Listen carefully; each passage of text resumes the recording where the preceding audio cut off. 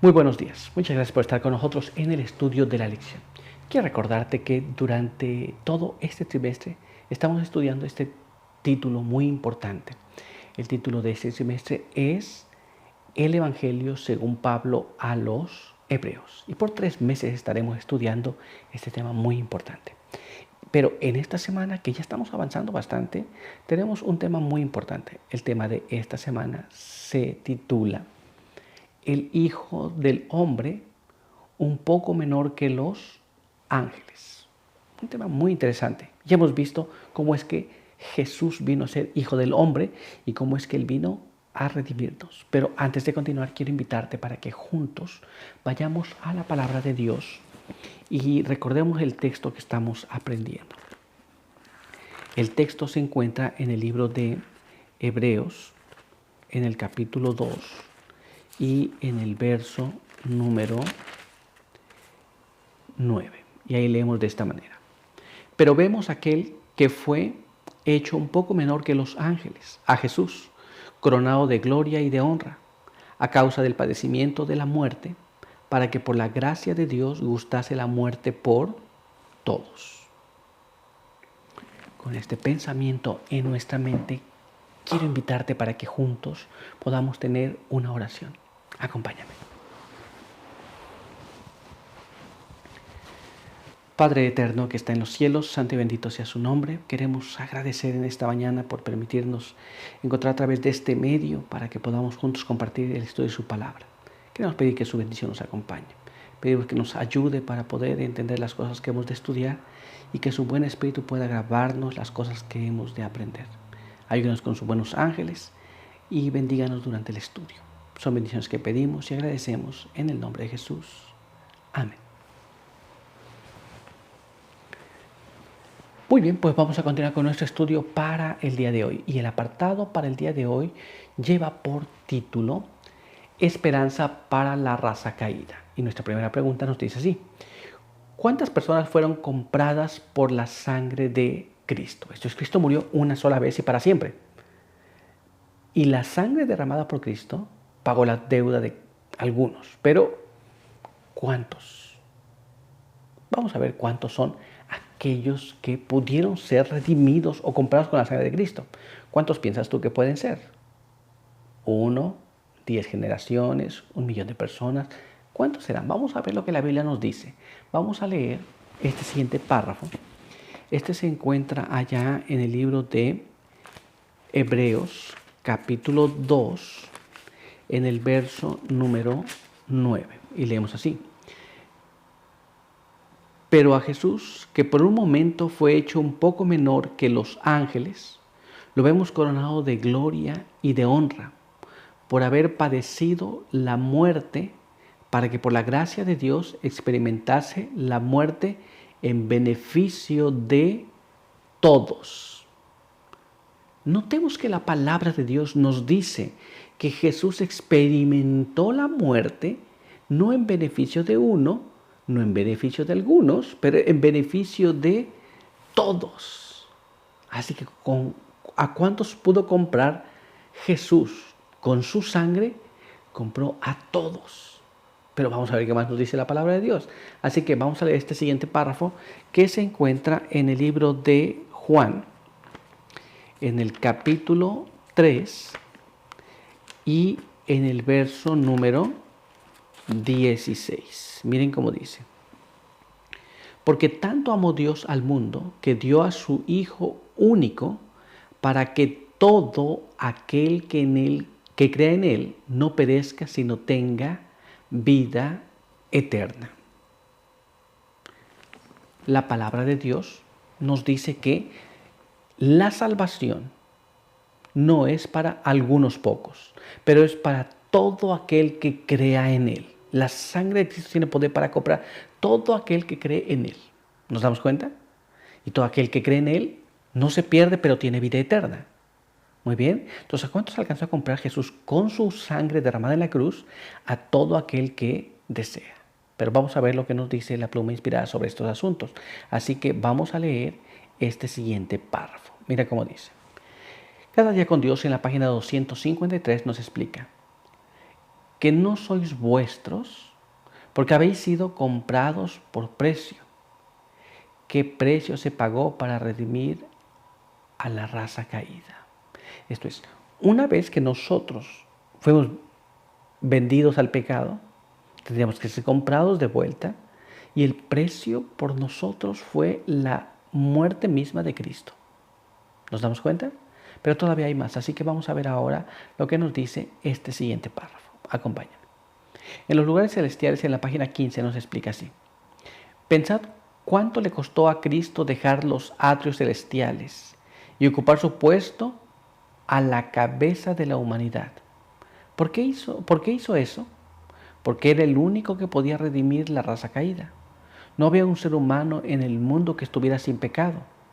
El Hijo de Dios descendió de su trono celestial, depuso su manto real y su corona regia, y revistió su divinidad con humanidad.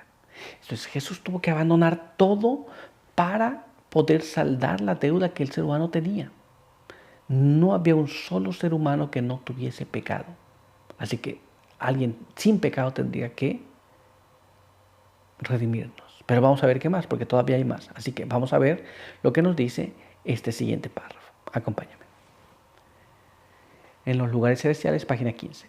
Vino a morir por nosotros, a yacer en la tumba como deben hacerlo los seres humanos, y a ser resucitado para nuestra justificación. Vino a familiarizarse con todas las tentaciones con las que es acosado el hombre.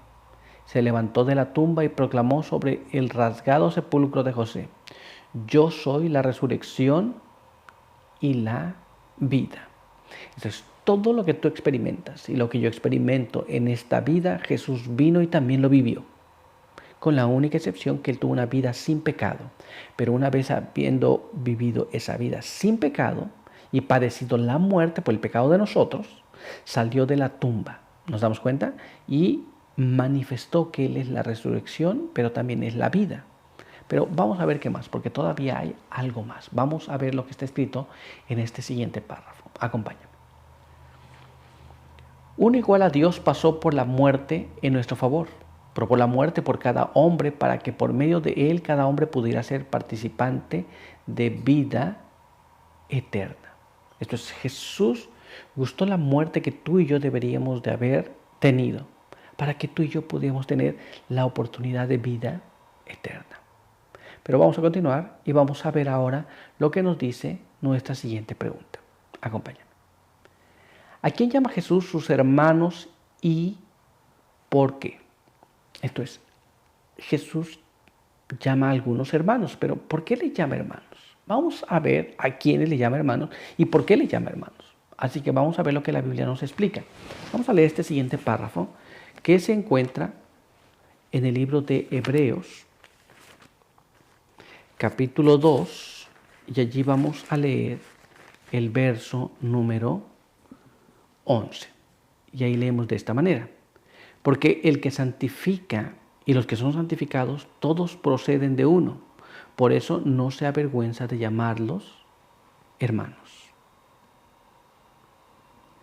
La Biblia nos dice que Él es el que santifica y nosotros somos los que somos santificados.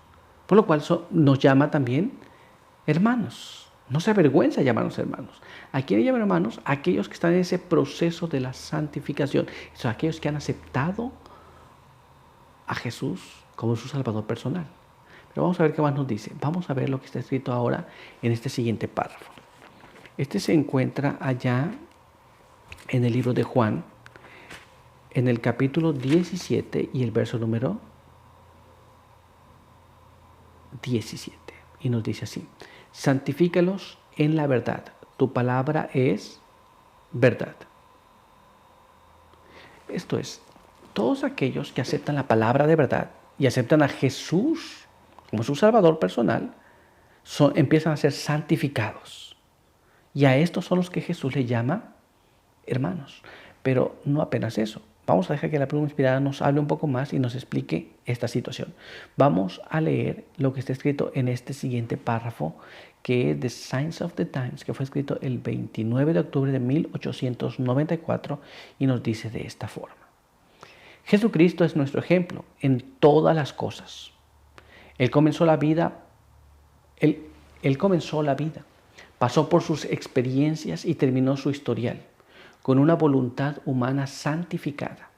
Fue tentado en todo como nosotros y sin embargo, porque mantuvo su voluntad sometida y santificada, nunca se inclinó en el más mínimo grado a hacer el mal o a manifestar rebelión contra Dios. Esto es, la voluntad de Cristo estaba sujeta constantemente a la voluntad del Padre. Y porque esto ocurrió de esta manera, nunca se inclinó ante el mal. ¿Nos damos cuenta? ¿Era tentado? Sí. Pero nunca se dio a estas cosas. Ni porque fuese tentado, ni manifestaba una rebelión hacia Dios. Vamos a decir así que esto es lo que Dios quiere, pero yo no quiero hacer eso, yo quiero hacer lo que yo quiero. ¿Nos damos cuenta? Ahora vamos a ver qué más. Vamos a ver lo que está escrito en este siguiente párrafo. Acompáñame. Los que tienen una voluntad santificada, que están en armonía con la voluntad de Cristo, tendrán día tras día sus voluntades unidas a la voluntad de Cristo, lo cual actuará bendiciendo a otros y repercutirá sobre ellos mismos mediante el poder divino.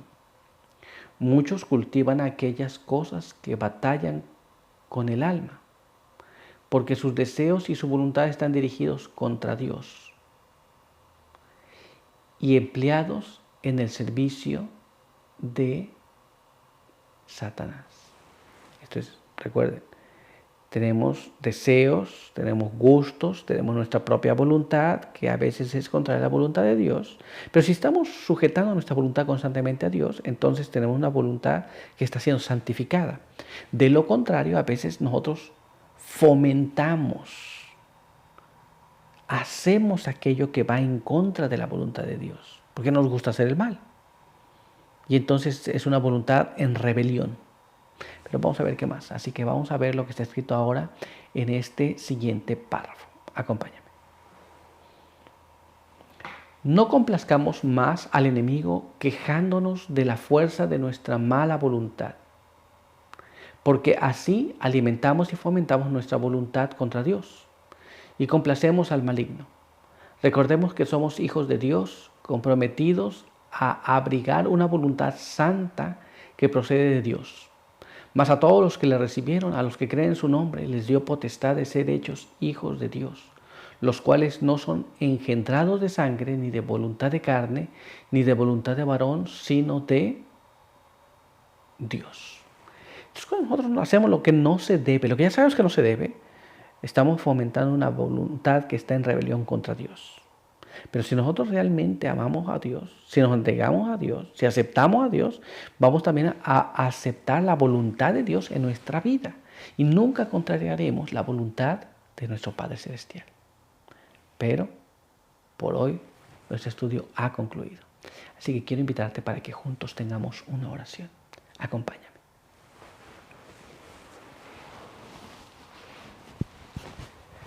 Padre eterno que está en los cielos, santo y bendito sea su nombre. En esta hora queremos agradecer por permitirnos la vida, la salud. Queremos agradecer por sus bendiciones.